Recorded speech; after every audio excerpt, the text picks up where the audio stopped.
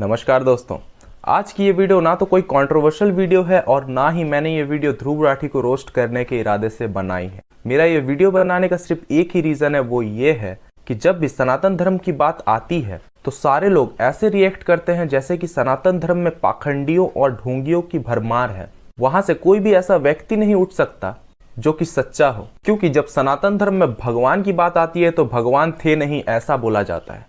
जब भी सनातन धर्म में साधुओं की बात होती है तो सारे साधु पाखंडी होते हैं ऐसा बोला जाता है। जब भी सनातन धर्म के प्राचीन ग्रंथों की बात की जाती है तो ग्रंथों को फाड़ के जलाया जाता है। और तो और ऐसा कहा जाता है कि जैसे ग्रंथों में कुछ ऐसी बातें लिखी हुई हैं जो आज के जमाने में आपत्तिजनक है। जैसे आप करंटली एग्जाम्पल ले लीजिए रामचरितमानस का।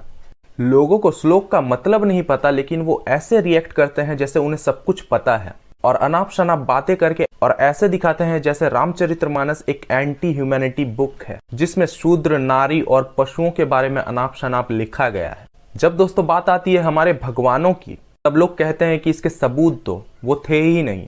जब बात आती है हमारे संतों की, तब उनको पाखंडी कहा जाता है। अब जब ऐसी बातें समाज के सामने रखी जाएंगी तो हमारा खून तो खौलेगा।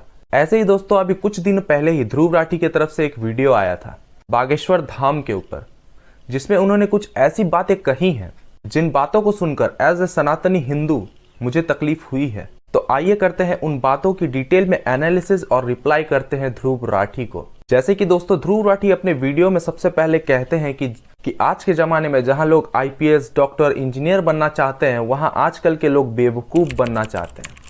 यानी वो सीधे सीधे बागेश्वर धाम के पिंडारी धीरेन्द्र कृष्ण शास्त्री जो चमत्कार करते हैं उनके ऊपर सीधा सा निशाना साधते हुए वो कहते हैं कि वो लोगों को बेवकूफ बना रहे हैं।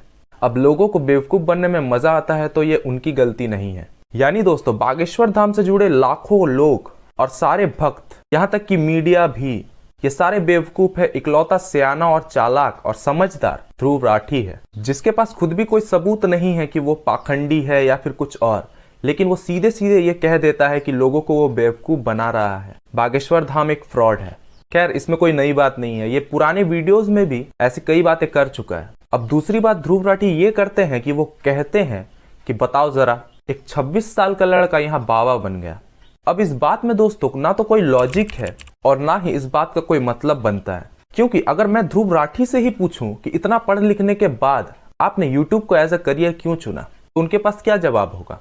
उन्होंने जर्मनी से इतनी पढ़ाई की, उन्होंने ग्रेजुएशन किया, उन्होंने एमटेक किया, क्या फायदा इन सब चीजों का, आप तो यूट्यूबर बन गए।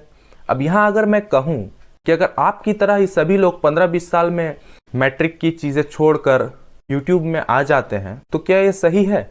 अगर मैं आपसे ये सवाल पूछूं तो आपका सीधा सीधा जवाब यही आएगा कि ये आपकी चॉइस है। ठीक इसी तरह धीरेन्द्र शास्त्री या फिर कोई भी बच्चा चाहे 15 साल की उम्र में बाबा बने या फिर 26 साल की उम्र में, ये उसकी चॉइस है।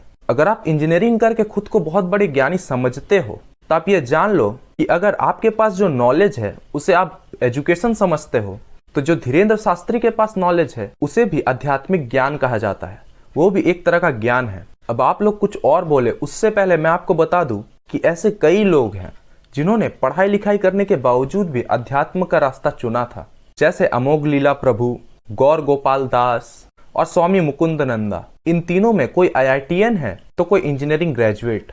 फिर इन्होंने इतनी पढ़ाई करने के बाद भी ऐसी जिंदगी गुजारने का फैसला क्यों किया। क्या ये लोग पागल हैं? जितना आप समझते हो उतना ही सच नहीं होता ध्रुव राठी।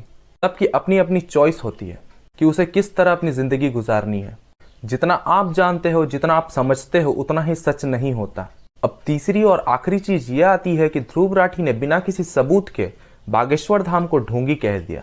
मतलब इतना तो अनपढ़ों को भी पता होता है कि बिना सबूत के आप किसी पे इल्जाम नहीं लगा सकते, लेकिन ये पढ़े लिखे अनपढ़ जो सीधे सीधे ये कहते हैं कि ये ढोंगी है। अब लास्ट में मैं सिर्फ यही कहूंगा कि अपने इतिहास और आध्यात्मिक ज्ञान को बांटना कोई गलत नहीं होता, किसी से भगवान का नाम बुलवाना गलत नहीं होता।